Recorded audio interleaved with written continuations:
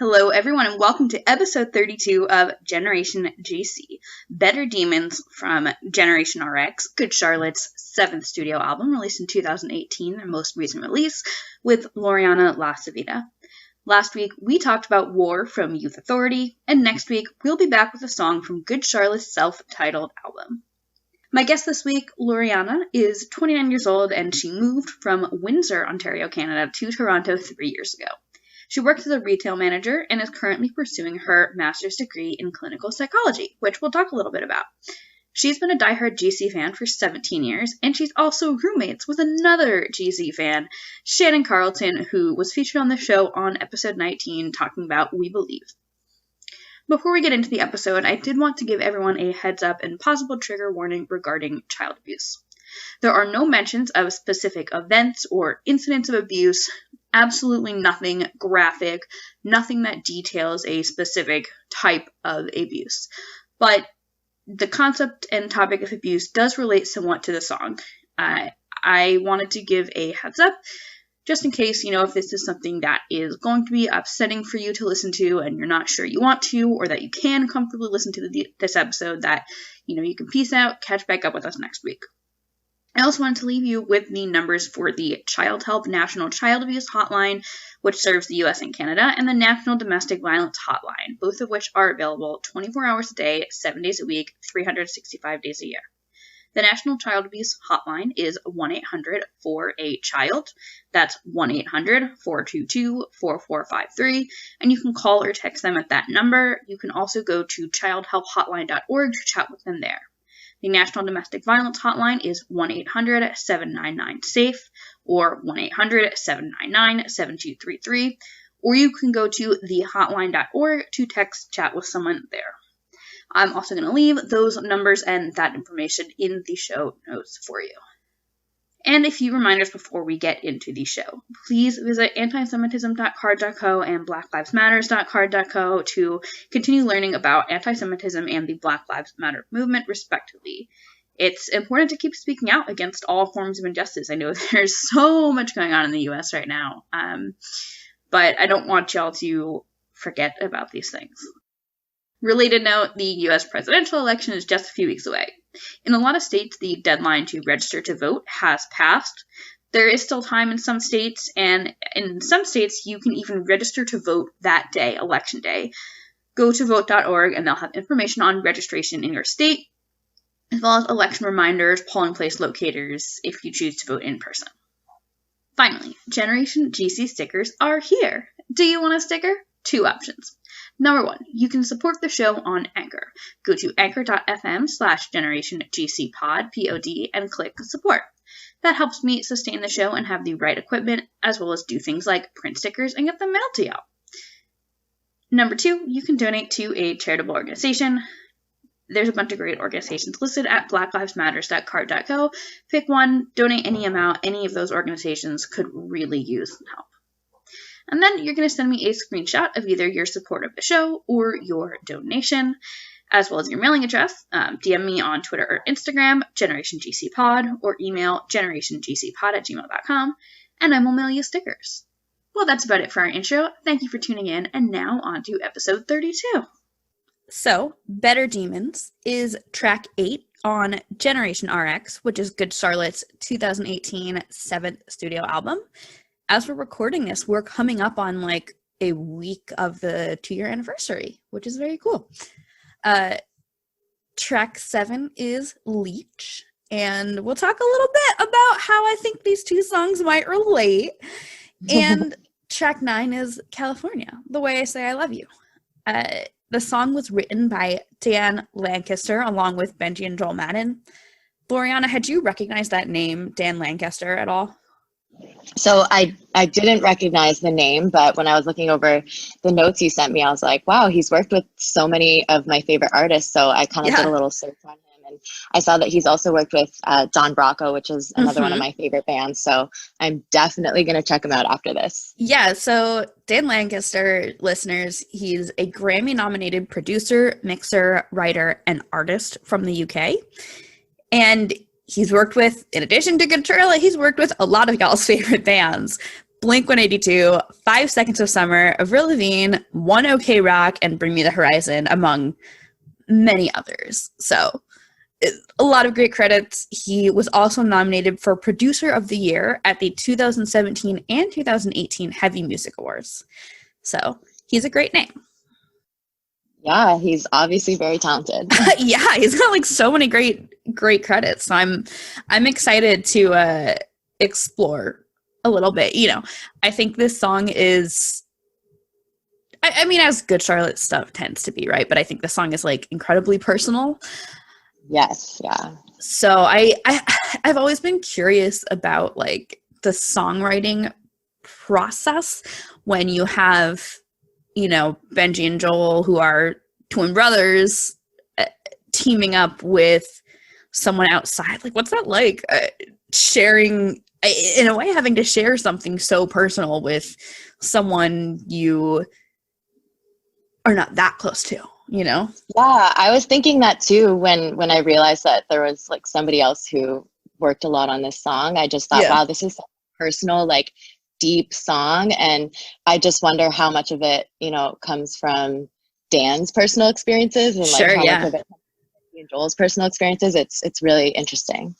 Yeah, I mean, because there's like a lot of ways a songwriter producer relationship could work, I think. And I don't know, I always imagine in a song like this, maybe it's like a lot of Benji and Joel's experiences tied with, I think, Lil Peep, who I know his passing was a big influence for this album and the focus on like the opioid crisis. And maybe maybe Dan was kind of helping take those ideas and shaping them into reality. Yeah, I guess in my mind, like I always imagine that, you know, Dan probably would have been doing more of the like music, like work on the music, and maybe Benji and Joel would be focusing on the lyrics.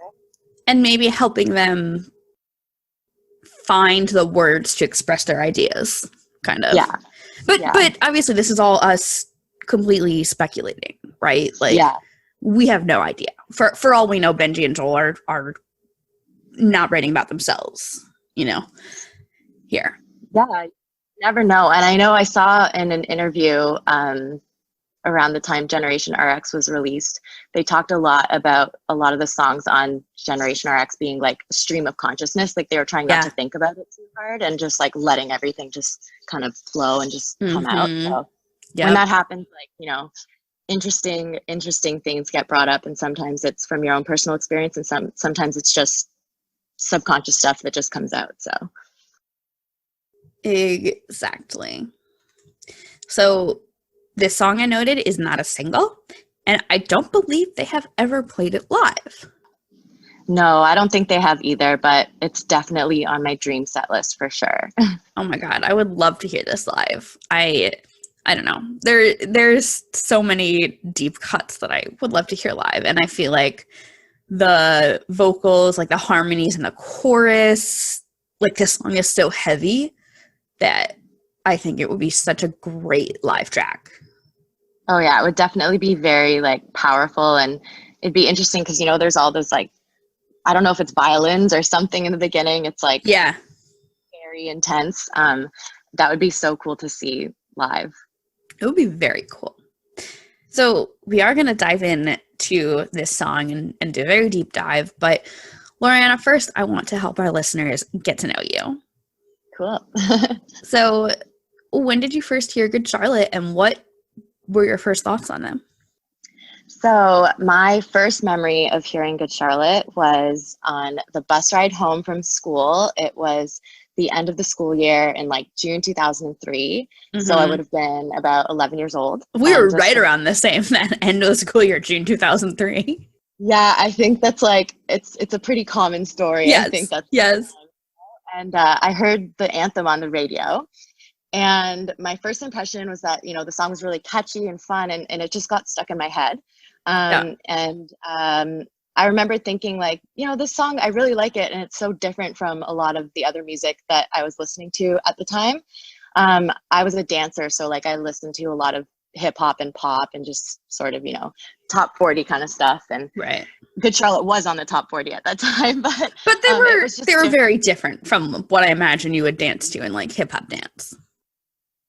Exactly. Yeah. It's not really like dancing music, I guess. So it got stuck in my head, and then I was just really curious about that genre of music and wanted to know more about Good Charlotte. So I remember that part of it. Just at first, it was catchy, and then I remember just being really drawn to the lyrics and just the message behind the song, like embracing individuality and being authentic, like as an 11-year-old, kind of like trying to understand myself and like forming my own identity. It just like spoke to me at that time, and I just knew it was really special, and I knew Good Charlotte was going to be like a big part of my life after that. So yeah, I think that's, I think for anyone, that middle school kind of age is when you tend to find yourself, right? Like you're not a kid, you're not quite a young adult, like you don't have a lot of freedom, but you're starting to figure out what you like, what you care about. Exactly. And I think the anthem is like a perfect soundtrack for that, but I think that's like, that's the thing that I think everyone goes through when they're middle school, preteen, teenager. For sure. And I think that's why, a lot of people at that age, at that time, became so drawn to Good Charlotte and are like such hardcore fans to this day. Like, I feel like a lot of the really hardcore super fans that have stuck with them throughout the year were those people who were like 11, 12, 13 in like 2003. Because it just sort of like imprints. It makes like an imprint on your soul. Like it's the right age, I think. Yeah, it's like an impressionable age. Something that's the word that's come to mind a lot lately as I've been working on the show and everything is that Good Charlotte were kind of shameless, right? Especially on like those first 2 records, they were like, we want to be famous, we want to be successful, we are ourselves, we're authentic about it, we're not going to try to play it down, we're not going to be chill. And that is not a thing that is necessarily cool, but I think that's something, it's definitely something I grabbed onto, just they were so shameless. They knew what they wanted, right?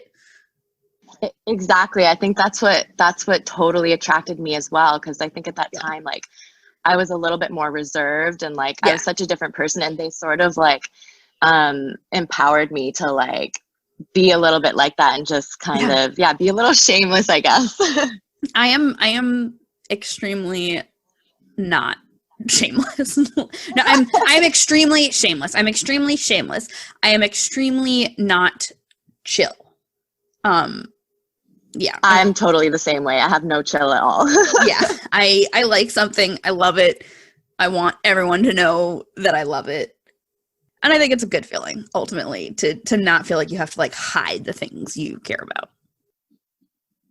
Yeah, definitely. I think, being a really wild, crazy Good Charlotte fan has like taught me that, I guess, like it's, helped me embrace my passionate nature, I guess I'll say. Yes. Oh, that's a great sentence. That's perfect.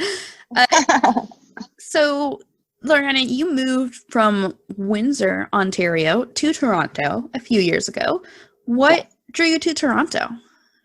So growing up in Windsor, like, was so boring to me. It was a small, not really a small town, but also not a big city. It's like a suburban, like blue collar kind of city. And okay. It sounds like where I live, kind of. Yeah, and I was just like, I always felt like I was a big city girl, and always felt I was meant to live in a big, busy city with like lots of culture and art and music. Yeah. So already, like, I've just always known I wanted to leave Windsor. And honestly, Toronto, like, my love affair with Toronto began like way back in the day. I was obsessed with watching Much Music. Do you know like the Canadian MTV? Yeah. I know you guys have talked about it a couple of times on the podcast. But I loved watching Much Music, especially that summer that I discovered Good Charlotte. Like, Much Music was a big part of that. And the studios were in Toronto, and they had this show called Much on Demand. It's kind of like TRL, I guess. And I used to watch it and think to myself, like, I'm going to live in Toronto one day so I can go to Much Music. Like, whenever Good Charlotte's there, whenever my favorite bands are there, like, I just wanted to be around that, you know? So that's where my kind of dream of moving to Toronto began. But by the time I actually made the move, Much Music was way long gone. But it's still like, so, I mean, like, do concerts come to Windsor? Are there like concert venues in Windsor, or is there not really anything going on with music? I mean, in the past few years, now there are a couple venues, but there's just this one really big venue at the casino there. So like pretty big, like artists go there, but anything in between doesn't really happen in Windsor. You have to go to Detroit for that. So I was lucky growing up. Like Detroit's literally right across the border. Like it's 5-minute drive. Like, so I did a lot of concerts and stuff in Detroit, but I would also go to Toronto too, like, which is a 4-hour drive, but I would still, you know, make the drive to Toronto. And it's just a bigger city. There's a lot going on. I love the culture there. I love that it's so multicultural. So I just always wanted to come here. I love that. Yeah, I've been to Toronto a couple times. I mean, it's been a while, but I've enjoyed it when I've been there on tour and such. Yeah, it's a good place. Yeah, so you're also roommates with Shannon Carlton, who was on the show not too long ago. Did you and Shannon meet because of Good Charlotte? Yes, we definitely met because of Good Charlotte. Amazing. She's from Australia. She was living on the whole other side of the world, so there would be no other way for us to really like find each other. So we met like 10 years ago on Twitter through her Team Joel Madden account. And I'm a huge Joel fan as well. So obviously we bonded over that, but I would say we were more like online acquaintances for a really long time. Sure. And then we didn't meet in person and become like real life friends until 2017. I was actually living in Australia for a little bit. And when I was on my way out, like about to leave Australia, I stopped in Melbourne to visit. And so I messaged her. I was like, hey, I'm in your city. Like, we should meet in real life. And then like, that was it. It was like we'd known each other forever. It was so comfortable. Yeah. And then like, long story short, now she lives in Toronto with me. Amazing. That's so great. So what's Good Charlotte's fan base like in Canada? Like, is it similar to the US, or I'm correct me if I'm wrong, but I'm imagining you've seen the band in the States. I've seen the band in the States way more than I've seen them in Canada. Yeah. So when I saw this question, I was like, oh, I almost don't really know how to answer it, because I feel like I've just seen more of the fan base in America. I've also gone to a lot of shows in the UK and Europe. Oh, okay. Yeah. So I've seen what the fans are like in a lot of different countries, I guess. But I guess something I noticed that's really changed throughout the years is like when I'd go to a show in Toronto back in, I don't know, 2011 or something, the whole crowd was pretty much just like girls my age. Like there wasn't a lot of variety there. And I think it's because at some point being a Good Charlotte fan like wasn't considered cool anymore. Like it wasn't, you know, there was this VJ on Much Music, George Strombolopoulos, and he used to literally talk crap about Good Charlotte on air and like say that they're like a boy band with tattoos. And I don't know, after that, it literally like wasn't cool to like Good Charlotte anymore. So like all these like older fans or people who used to like Good Charlotte, it was almost like they became embarrassed or had to be like a guilty pleasure or whatever. Which by the way is like so contrary to what we were just saying about how they're so shameless. I know. Like Good Charlotte is so shameless. So like how could you be like ashamed of liking them? I totally like I just think it's so silly. But yeah, basically like then I noticed that going to shows in Toronto more recently, like 2017, 2018, I was like, what the heck? Like more guys than girls at the show. Wow. Like just like I think after the whole, you know, pop punk nostalgia thing came around and there were like emo nights and stuff like that, I think people kind of grew up and they're finally like, okay, we're not afraid someone's going to call us a poser if we like show that we like Good Charlotte, like, you know. So I think now when you go to a Good Charlotte show in Toronto, it seems like the fan base is just really like there's a big variety. There's so many different ages, like older people, younger people who probably discovered them through like other artists. Yeah. So it's really cool. Yeah. That's really fun.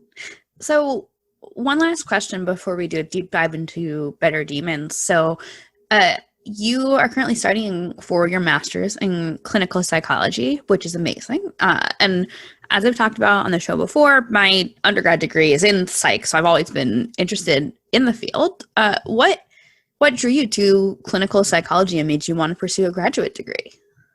Yeah, so it's psychology is like such an interesting discipline. I've always been really fascinated by it, and it's just like relevant across so many other disciplines. But for me, I think it all started because I struggled with my own mental health a lot as a teenager, and I saw a therapist and a clinical psychologist regularly. And I think that's what kind of got me curious about the other side of things, I guess. Sure, yeah.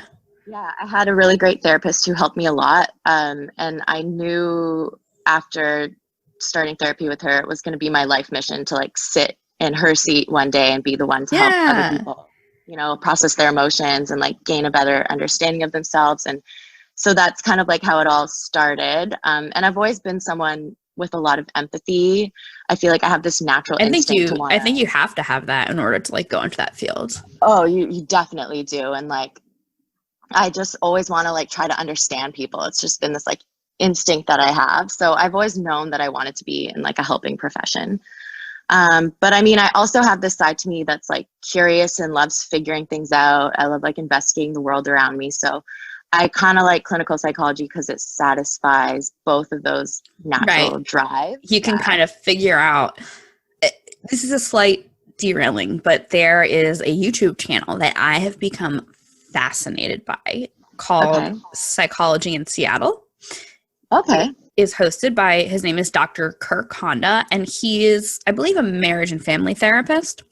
And he will like watch all kinds of like reality shows. Like he's doing 90 Day Fiance, Married at First Sight, and gives his like, you know, therapist analysis of these people. And it's so interesting to me because I've like loved watching those shows. I'm just like, it's like very, you know, it's like comfort food. It's very incredibly entertaining, easy to digest. And it's like so fascinating to me to hear like an actual analysis of it. Yeah, that's so cool. I think I'd love to watch that. I'm definitely going to check it. He posts stuff all the time. Definitely check it out.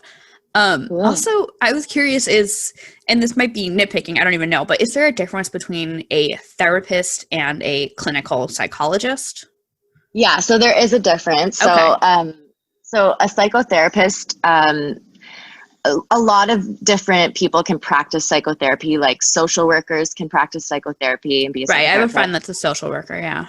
Yeah, like you could do like a social work, a social work degree, or you could, who else can do that? Like nurses can even practice psychotherapy, I guess. Okay.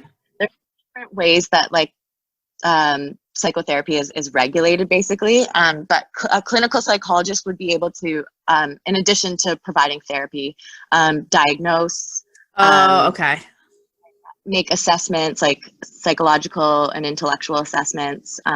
So you could, in addition to just giving someone therapy, you could say, well, I believe based on our conversations, you have this disorder or this treatment. Yeah. It's very like medical, I guess, you know, right, okay. Being able to diagnose. I'm not a huge fan personally of like, I think diagnosis is like not super, super relevant all the time. But what I do really like about clinical psychology is like intellectual assessments, like administering like IQ tests and stuff like that. Like that's fun. Yeah. What I had thought about though, and I'm sure it works a little differently in Canada, but in the US, I imagine that diagnoses are very helpful for insurance reasons. Yes, that's honestly, and we talk about it all the time, is that's literally the main reason why we even do it. Yeah. Right. For sure. Well, that is so cool. So how much longer do you have until you have your degree? Yeah, so I'm just finishing up my first year of my master's. It's a 2 years program. I don't know. I think it's going to take a little longer than 2 years for me, though, because COVID kind of threw a curveball there. And I'm thinking about potentially going on to do a PhD, but I don't know. I'm just going to see how I feel when I graduate. I just kind of want to do it one step at a time. So definitely. Well, that's so cool. That's so exciting. Yeah. So, Loreana, we had connected on Twitter a while ago, and after chatting a bit, I knew I had to have you on the show. And you had listed a few songs you were into, one of them being Better Demons. So why did you want to talk about this song? Okay, so I wanted to talk about Better Demons because it is my favorite song on Generation RX, which is one of my favorite Good Charlotte albums. Probably tied for first with Chronicles of Life and Death. So yeah, when I was listing off the songs, I was like, Better Demons. Yeah. But when I first listened to that album, it was that song that gave me goosebumps and just like shook me to the core. I was like, whoa, it just really hit me hard. And I love how musically it's really dark and haunting, and there's like a lot of passion and pain in the sound. And it's just like some of their best pairing of the musical with the lyrics, I think, in this song. Definitely. Yeah. It's just such a good song. And I don't know, I like how it's intense. It like matches how I feel inside. I feel like I'm an intense person. So when a song is like really deep like that, it's like, yes, I love it. I love it. Yeah. So that's pretty much it. And also I was so curious to talk to someone else about what they think the song means and the story behind it. Because it's one of those songs that's like, the lyrics are sort of ambiguous, and because it's unclear what the song's actually about, like, you can sort of project your own meaning onto it, Yes. And like your own interpretation of what you think the song's about can like reveal things that are going on inside yourself, right? Which I feel like is that's a mark of a great song, a great songwriter, when you have a song that evokes so much emotion, but also leaves it, I think, up to people's own interpretation of like what they're actually talking about. Exactly. Yeah. It's like, I think of this song as like the musical version of like an ink blot, like a Rorschach ink blot, you know? It's like kind of like vague, and then you just sort of like project your own meaning onto it. So cool. Yeah. Well, let's talk about what we think the song means. So I would love to hear first, like, what your interpretation is. Yeah. So when I first heard the song, I was like, what the heck is this about? But I think for me, I think Better Demons is kind of like a metaphor that represents like defense mechanisms that we use to like protect ourselves from facing like the hard truths that we're keeping hidden from ourselves, like we have demons, but then we have like the better demons that we hold on to, so we don't have to face the worst ones. Kind of like we can create these like secondary problems and focus on fixing those, but it's actually to cover up the trauma that's buried beneath our own awareness. So I kind of think the song is telling a story about becoming aware of those better demons and sort of acknowledging that one day you're going to have to let go of them and confront the deeper issue. I think that's spot on.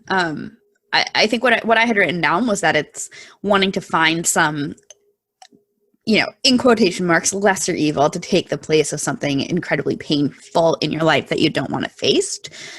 So, as an example, someone turning to drugs or alcohol to avoid confronting trauma like PTSD or abuse.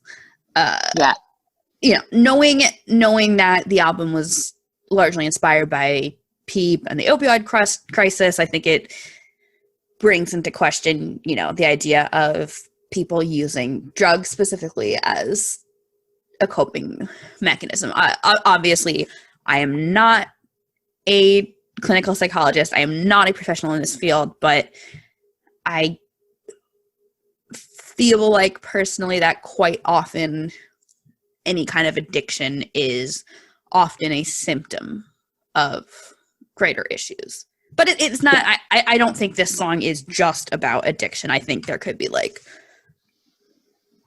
many, there's addiction is not the only defense mechanism or maladaptive coping mechanism that people can have. Yeah, definitely. I think that obviously, like you said, Generation RX, that ties into the theme of like the whole album, but there are sort of other themes too that I think come up in this song, like religious themes again, like yeah.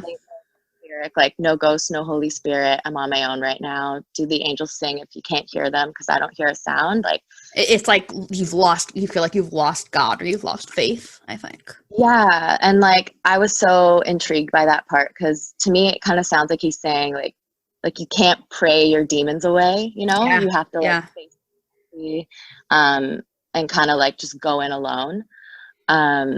But yeah, that part really resonates with me, and I love all the different sort of religious themes throughout that album too. Yeah, I mean, and I'll even say, like, personally, as I'm like thinking more about this song, like my go-to coping mechanism with something is to keep busy and keep going as normal, so that I don't have to like face sometimes stressful or uncomfortable feelings, which like can be healthy, but sometimes, if you get yourself too busy and you work too much, that's not necessarily the greatest coping mechanism. But it's I think we all have ways of just not wanting to face things, and I think that's what this song is about. Wanting like the realization that your maladaptive coping mechanisms are just that they are the lesser of two evils, and you need to address the root of the issue. Yeah. I think this song is actually about like allowing that process to unfold. Like yes. Like getting ready to like dive into the deep end without a life jacket. Like it's basically saying like, it's giving you like space. It's telling you to hold space for yourself to like sit through those. Because like what you said, that's so normal. That's what people do. They keep themselves busy. They're like distract. And maybe, being a workaholic to not face, your inner demons is like a more healthy way than like turning to drugs, but it's still a way to cover up. It's still not like actually processing those emotions, right? Exactly. So I think this song and really the album in general, it's just about making space for yourself to like sit through those dark moments and just letting yourself go through it. Yeah. Instead of just always covering it up. Which is incredibly uncomfortable, and I don't want to dismiss that, Yeah, it is. No, it's very uncomfortable, but I think it's so important for us as a society to recognize that it's okay to like rest and like go through painful times sometimes. Like COVID kind of taught us all that, right? Like, we kind of just had to pause for a minute and just like let ourselves kind of experience this grief of like what used to be normal, Yeah. It's, I mean, so much. It's, pre-COVID, the idea of moving across the country, I think for a lot of people, or moving to a new city, it might have been like, oh, that's no big deal. Like, I can meet people easily. I can make new friends. Well, now it's like, if you want to do something like that, it's a little harder to meet new people, right? It is, yeah. The things that I think we used to enjoy, like, if you picked your current living situation due to its location, as many of us did, there's like a grief, like, you picked this location so you could be near all the bars and the restaurants and the concert venues in Toronto. Oh, yeah, well. I mean, wow. I picked my apartment so I could be close to work, and now I'm working from home, and working from home is great, but I'm like, wow, if I had known I'd be working from home, I might have picked a cooler apartment, right? Yeah. And that is a form of grief that we have to like allow ourselves to feel. Yeah. It's just about like sitting through those painful moments, and that's why I love this song and the album in general, Yeah. With very important context, I think this song follows Leech, which seems to directly address his father, who gave me your demons, and his mother, who was too late somehow. Sam Carter's verse talks about having wounds that are open and bones that are broken, you know, which is not explicit, I guess, about what that is, what kind of wounds those are, but implies a lot of parental issues and trauma, perhaps, that might relate to this song. Yeah, I was thinking that too when I heard Leech and he says, you know, yeah, Father gave me your demons, and then you hear Better Demons, and you're like, okay, you're like, there's a lot of points in this album where you kind of connect the dots a little bit. Yeah, like it also kind of makes me think about Actual Pain and just the music video for Actual Pain, how it's like a mother-son dynamic. Yeah. And yeah, I don't know. It's all the themes kind of tie in. It's really interesting. So I guess let's now address the quotes in the intro and outro to the song. They are from a 1990 documentary called Child of Rage, A Story of Abuse. You know, when they're saying children so traumatized by the first few years of life, and there's that little back and forth at the end. So this documentary was presented by the National Committee for Prevention of Child Abuse. And without going into detail about the subject of the premise, the name comes because it follows a child who is a victim of abuse and becomes reactive because of that. And the outro is an excerpt from the actual therapy tapes of the clinical psychologist who specializes in the treatment of severely abused children. The intro to the song was from the intro to the movie. So have you seen this documentary? I have seen it. So when I first heard Better Demons and it opened with this, immediately I was like, oh my gosh, I've heard this before. Like, literally, like, and like, where have I seen this? And I think I like paused the song and I was like, you're like, where have I seen this? I Googled it. In my mind, I was like, I think it was this documentary I watched in child psychopathology, like in my undergrad. And I Googled it and I was like, I was right. And I was like, oh my gosh, yes, I knew it. And then I listened to the rest of the song. And then the end part, when you hear the little girl speaking. Oh my God, that's like bone chilling.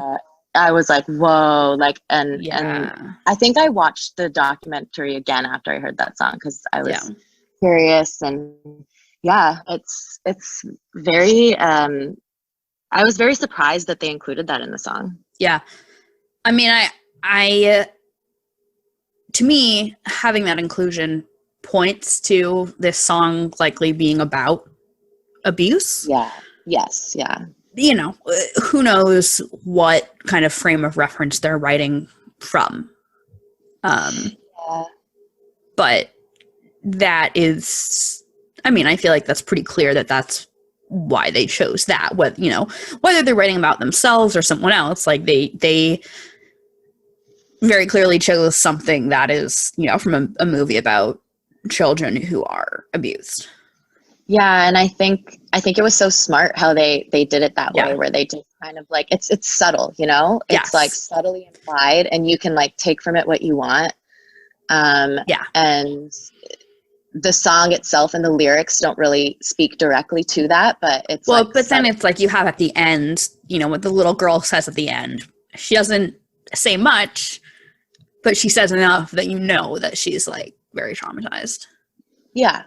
Something that I picked up on as I was listening to the song on repeat right before we recorded was in the bridge. And it's like I couldn't even see this on any of the sites that had the lyrics, but in the bridge, there's a voice that says 1 out of every 4 Americans. And then I'm like trying to piece together what he's saying after that. I'm like, is he saying 1 out of every 4 Americans is affected some way by like that part where it's like kind of chopped up voices and it's kind of like I have no idea what they're saying. I can't even believe you picked up that piece 1 out of every 4 Americans. I could not hear that at all. Wow. Yeah. Well, I was like, my first thought was like affected by mental illness, and then I was like, no, it doesn't really sound like that. It kind of sounds like he's saying affected by some type of injury, but I like can't piece together the word before that. I don't know if that's also from Child of Rage or if that's from something else, but I don't know. Yeah, I don't know. And I think even in the beginning, in the intro, when they say like, could a great deal of these be demons? Yeah. I don't think that's from Child of Rage. Oh, really? I don't think like I don't think they say that. Maybe they do. I'll have to go back and check, but that might be from something else. Okay.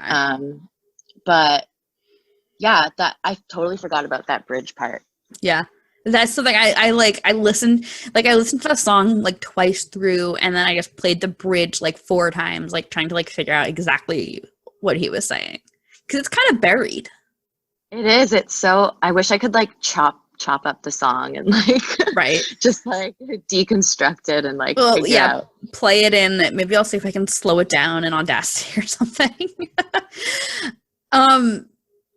But I guess this song, what it brings to mind for me and is, can we move on from our demons or our past traumas? And how do we, because we've been talking about like possibly the unhealthy coping mechanisms, but how do we differentiate between like a healthy coping mechanism and versus this unhealthy? Yeah, I think you can definitely move on from your demons and past trauma, but I think it takes a lot of time and a lot of work and hard work on yourself. Totally. And I think you have to be willing to do that like shadow work and face those darker parts of yourself. And if you don't have the patience to do that, or if you don't have someone holding space for you, or if you won't hold space for yourself to like go there, then you're just going to keep kind of coping in either healthy or unhealthy ways.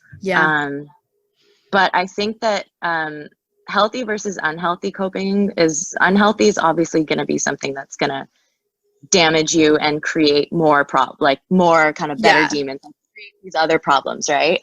I think healthy is like even just writing the song. That would be a healthy. Yeah, writing a song can definitely be like a very healthy coping mechanism. Yeah, like I think it's called sublimation. It's like when you transform something onto like a more productive thing, you know? Yeah. So kind of like writing music, expressing and processing your emotions. Exactly. Yeah, I think that's a healthier way. I think as I was thinking about this, I feel like part of the differentiation is in your intention too.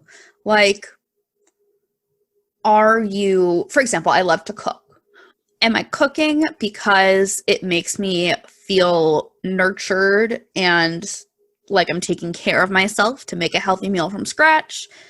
Yeah. Or am I cooking because it keeps me busy and I don't want to think about something? And that's like, it's not bad to keep yourself busy. And I think like I have found that if I'm not busy, I am more anxious, like completely.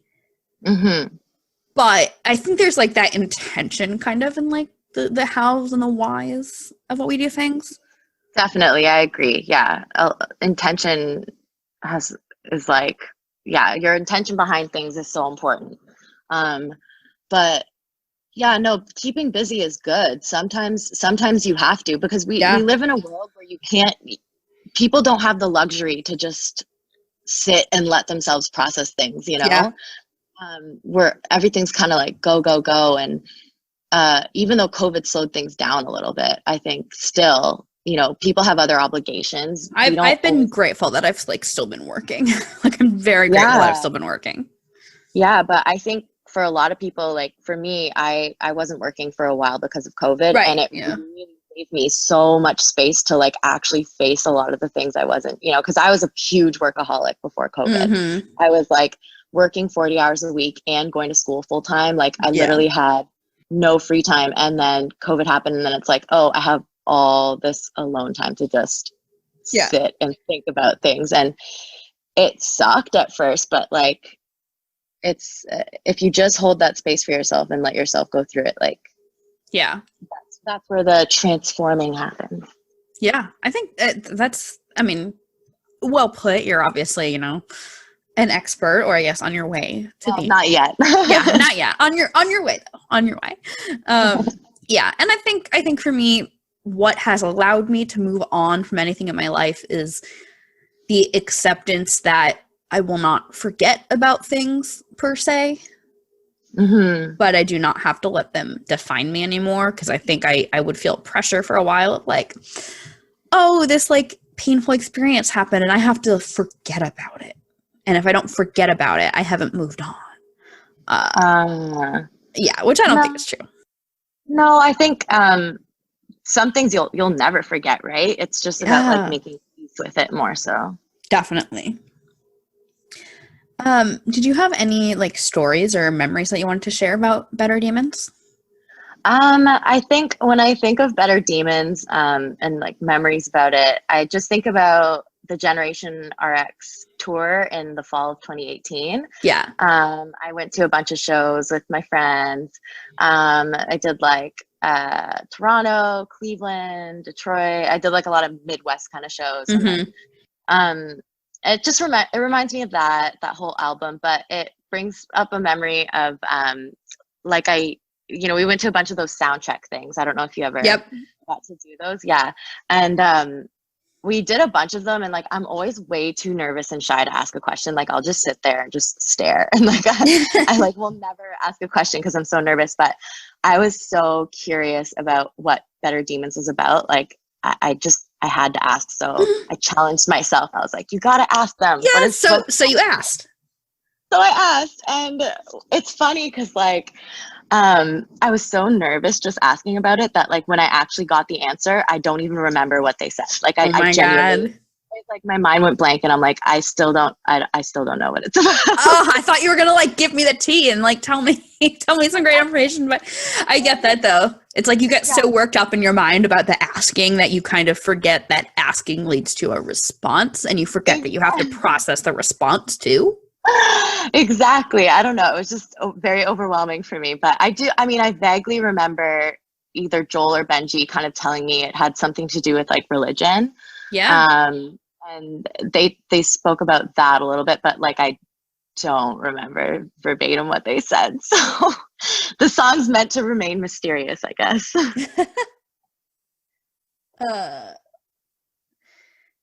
Yeah, I love that though. That's great.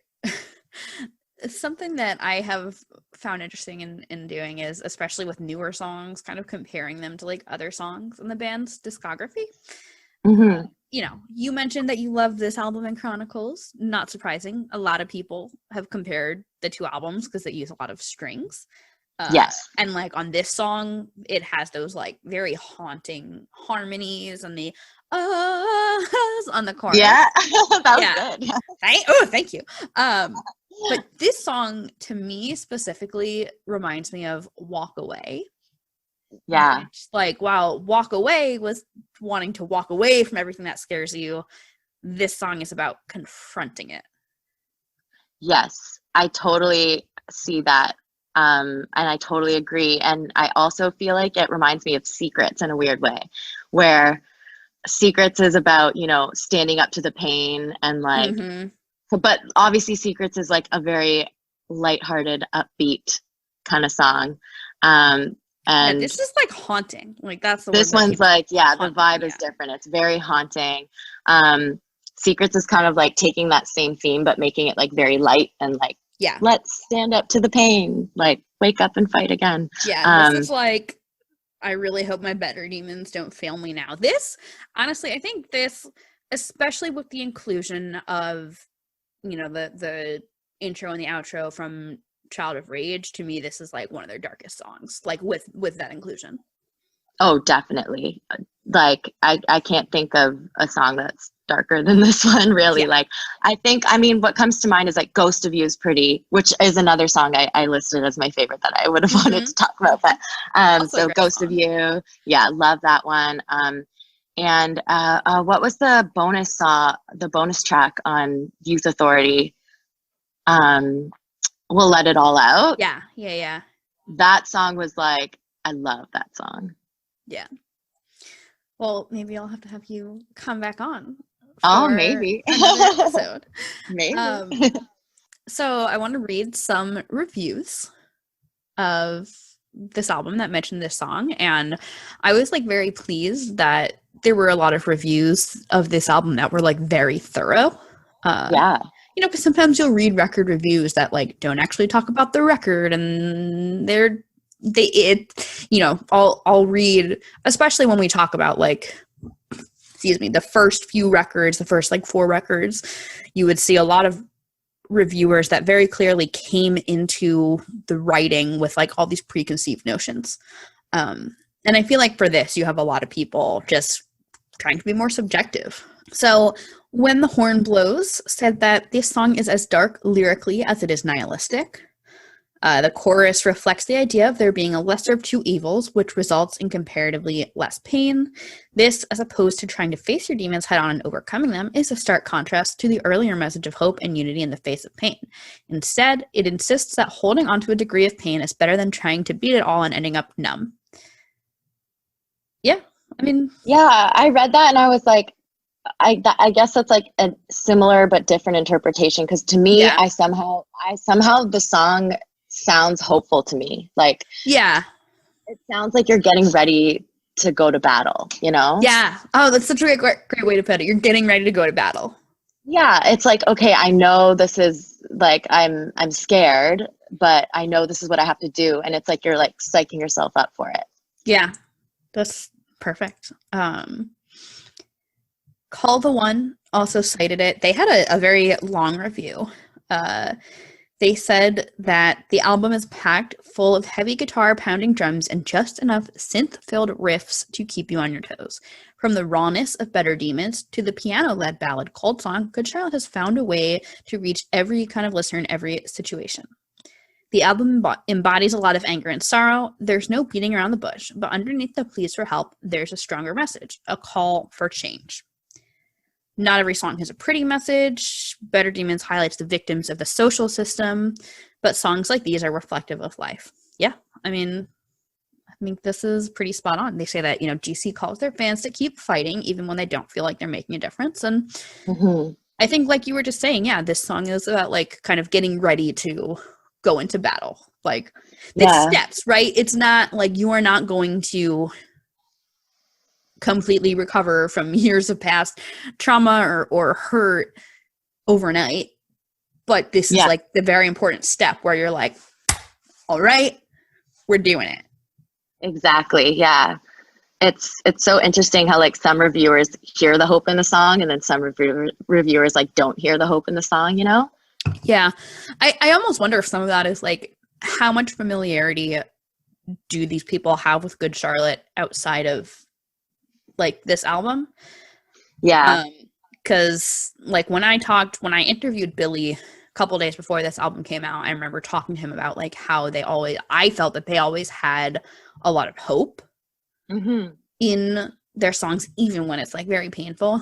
But I wonder if someone who didn't have as much exposure to, interviews they've done over the years and the kind of things they might say on stage, if someone might have a harder time picking up on that. I don't know. And it's also like your own personal experiences, I think, might color. Like if you have personally kind of faced and maybe overcome things that were really difficult to face and overcome, I think you might see the hope a little easier. Yes. Yeah. But if you hadn't felt like you had successfully face and overcome things, you might not see that hope in this song. Definitely. So one more review I wanted to read was from the Soundboard Reviews. They gave the album a 7 out of 10, and they gave a very thorough analysis, talking about how Good Charlotte are always, writing for young people who were struggling. And they said, here's the most peculiar thing about Generation RX. At its core, very little has changed. It's still an album used as a platform for Good Charlotte to touch base with a modern generation of teenagers and young people, but the crucial difference is there's something behind this one. It's very real criticism on the opioid crisis that's seen so many young people succumb to their own mental illness or die because of insufficient mental health care. And inspired by the death of Lil Peep, with whom they'd become friends, it would appear to be the most involved they've been with their subject matter in years. They go on to say that for a Good Charlotte album, this is heavy, usually the sort of thing relegated to their big emo ballads for maximum catharsis, and even then, they've probably turned up even more than that here. It's great to hear some guitar crunch on Self-Help or Better Demons, and even the prominent electronics add some extra crackle into the mix to a degree.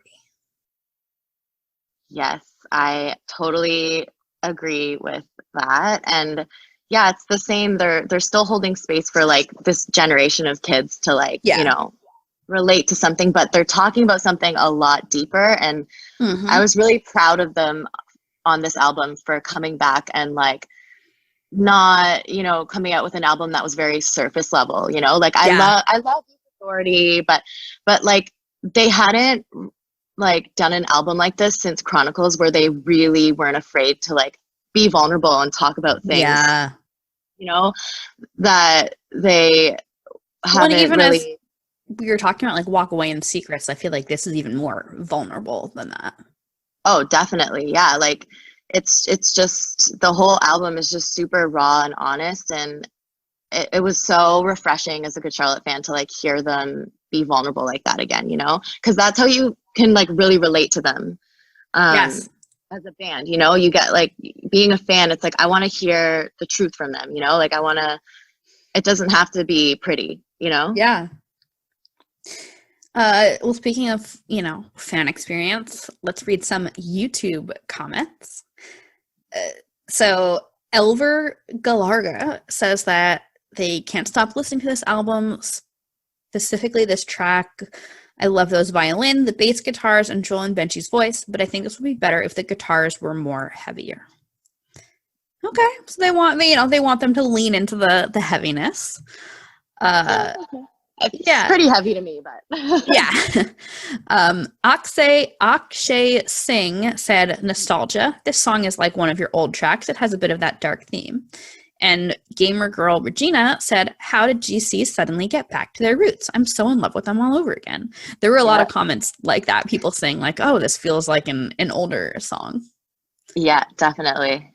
And not to completely derail, but Crash MK1 says, this one is a breath of fresh air after listening to Actual Pain. I'm so torn on this album. I love Actual Pain. Part of that reason, I think, is definitely, you know, a personal story that relates to that song and the time it came out and everything. But I don't know. What were your thoughts on like Actual Pain? Like just very briefly, were you into it or were you not into it when it first came out? I was really into it when it came out. Again, the lyrics, I was like, these lyrics, yes, finally, like deep, real lyrics. Like I loved it. But the song itself, like musically, I felt like it reminded me a lot of Good Morning Revival a little bit. Yeah. Okay. Yeah. So I was like, this is so interesting. And I was glad they were doing something different. And I loved Actual Pain. I will always love that. Yeah. I love Good Morning Revival, but I think a key difference between that album and this one is I think a lot of Good Morning Revival dances around this feeling of not wanting to be vulnerable and seeing people around you that are clearly struggling but are not wanting to face what they're dealing with. Yeah. You know, until you get to Face the Strange, which we could argue on whether that counts as a Good Morning Revival track. But yeah. Good Morning Revival was pretty like there's a positive orientation to that, totally. I think.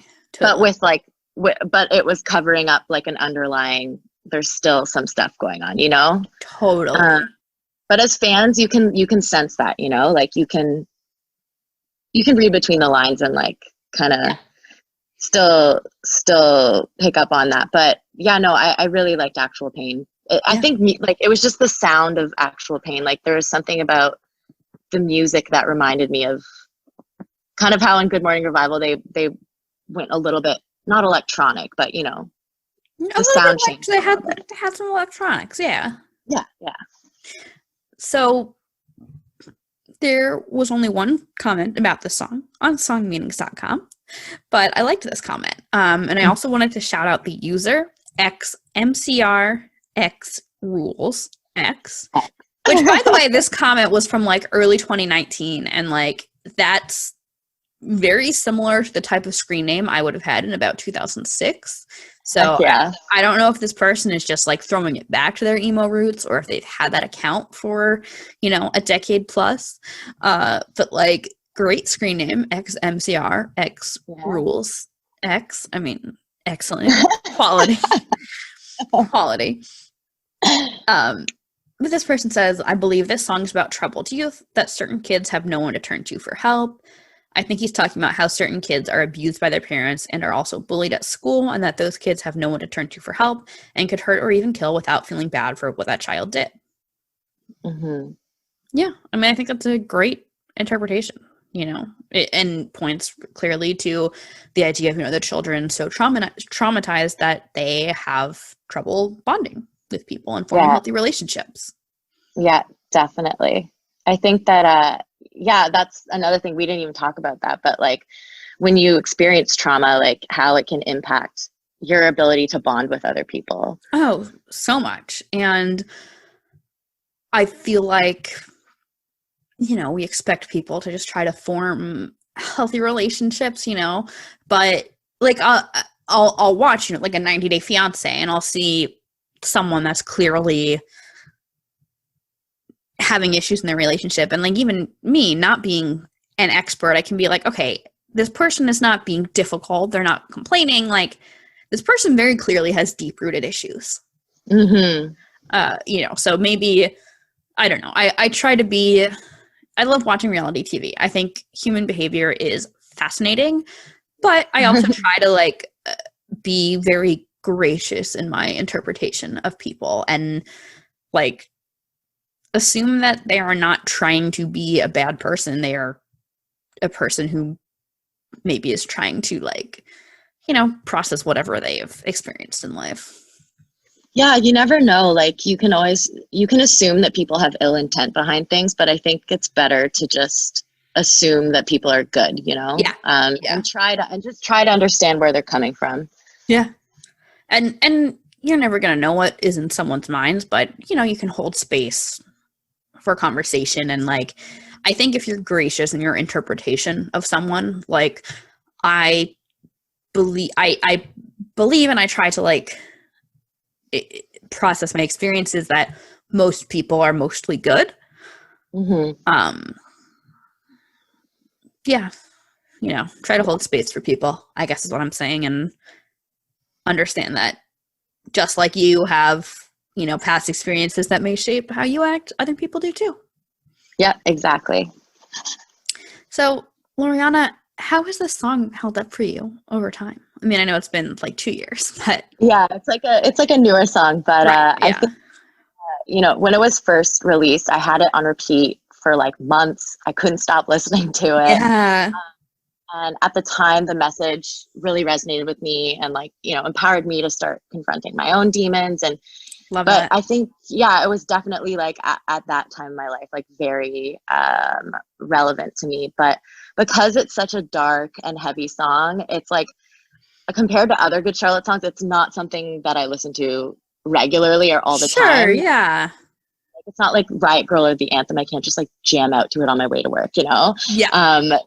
So nowadays, if I listen to that song, it's kind of like I have to be in the mood for it. Yes. But the message always will remain a very powerful one. And like if I ever find myself in like a self-defeating kind of negative place, I can always listen to the song, and I find it gives me hope. It empowers me to just sit in that darkness and just kind of let myself withstand it and like become resilient, Yeah, I love that.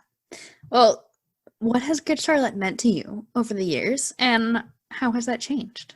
Okay, this question, I swear. I love that you asked it at the end. I'm like, oh yeah, I have to ask it at the end.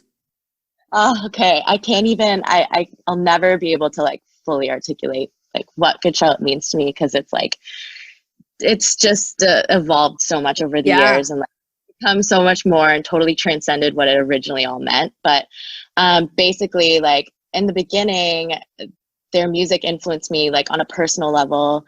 Mm-hmm. And like I said earlier, like it was that time where I was forming my own identity, kind of becoming my own person.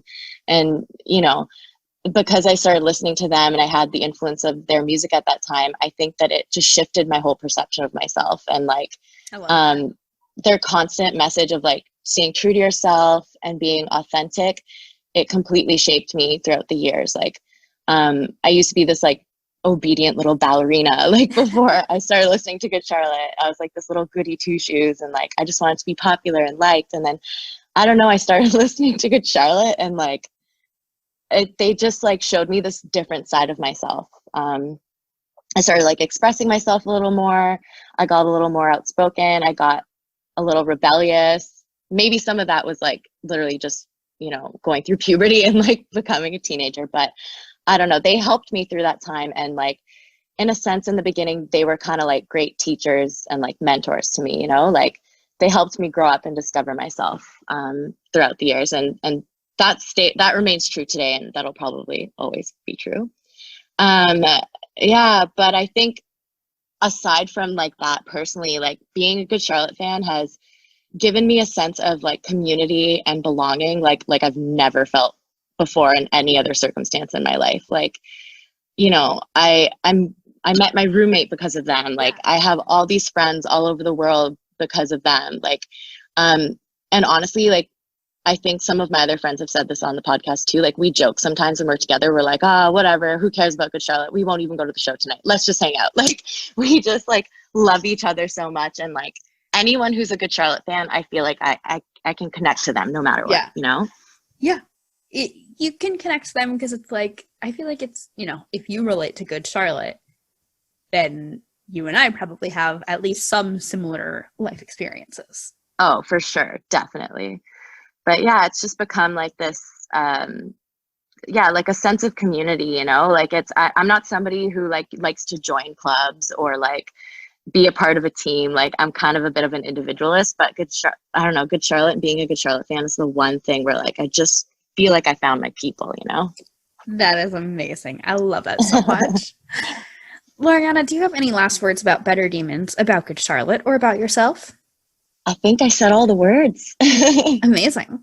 Well, before we go, so we have the Generation GC and Friends Spotify playlist where we include the songs that we cover on the show as well as recommendations from our guests.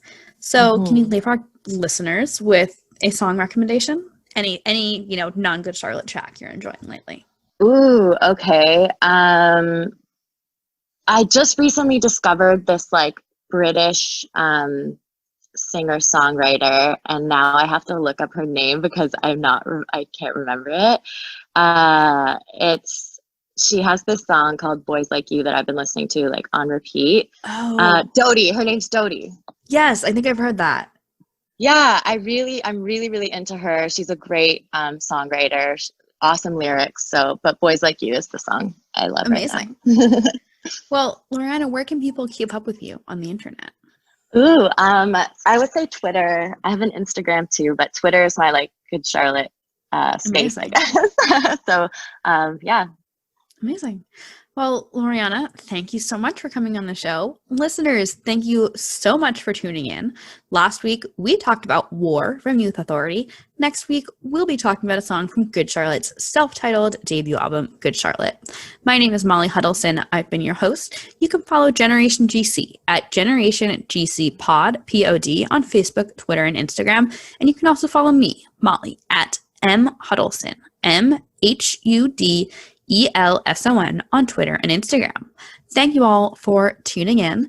Please make sure to subscribe to the show on iTunes, rate it, leave a review, and tell all your friends.